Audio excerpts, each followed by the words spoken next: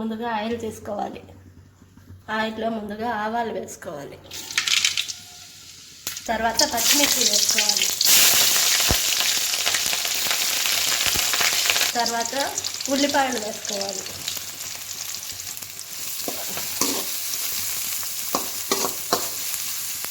తర్వాత కరివేపాకు వేసుకోవాలి. అన్నీ వేసుకొని కలుపుకోవాలి, వేయించుకోవాలి. తర్వాత పసుపుడు వేసుకోవాలి. పసుపుడు వేసిన తర్వాత కలుపుకొని వేయించుకోవాలి. తర్వాత దీంట్లో ఎగ్స్, కోడిగుడ్లు మనకి కొంచెము రైస్ని బట్టి వేసుకోవాలి. నేను వేసిన రైస్కి 4 గుడ్లు వేసుకుంటున్నాను.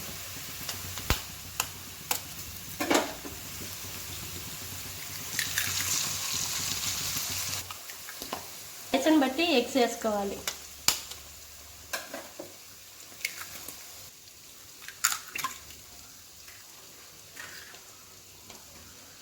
వేగాక కలుపుకోవాలి బాగా.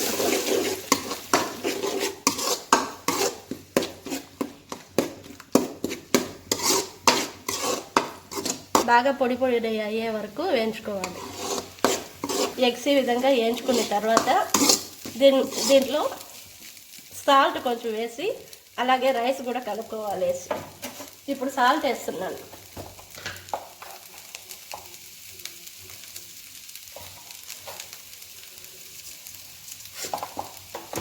సాల్ట్ వేసాక కూడా కాసేపు కలుపుకొని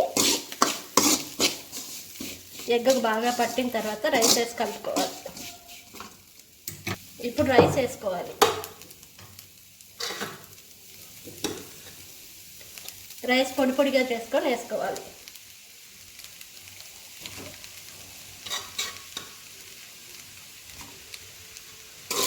రైస్ని వేసుకొని బాగా కలుపుకోవాలి.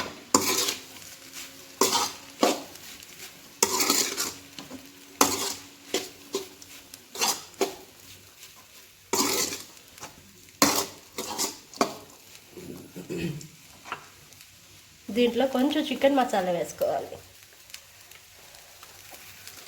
అలాగే కొంచెం మిరియాల పొడి వేసుకోవాలి. ఈ మిశ్రమాన్ని బాగా కలుపుకోవాలి.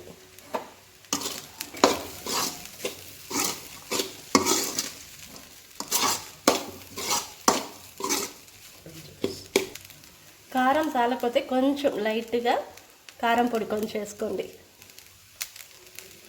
అంతా కలిపేసుకొని బాగా మిక్స్ చేసుకోండి.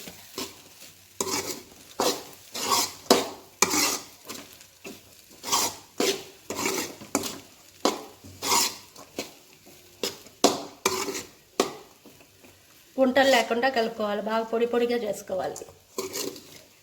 ఎగ్ రైస్ రెడీ అయిపోయింది. ప్లీజ్ లైక్ చేయండి, సబ్స్క్రైబ్ చేయండి.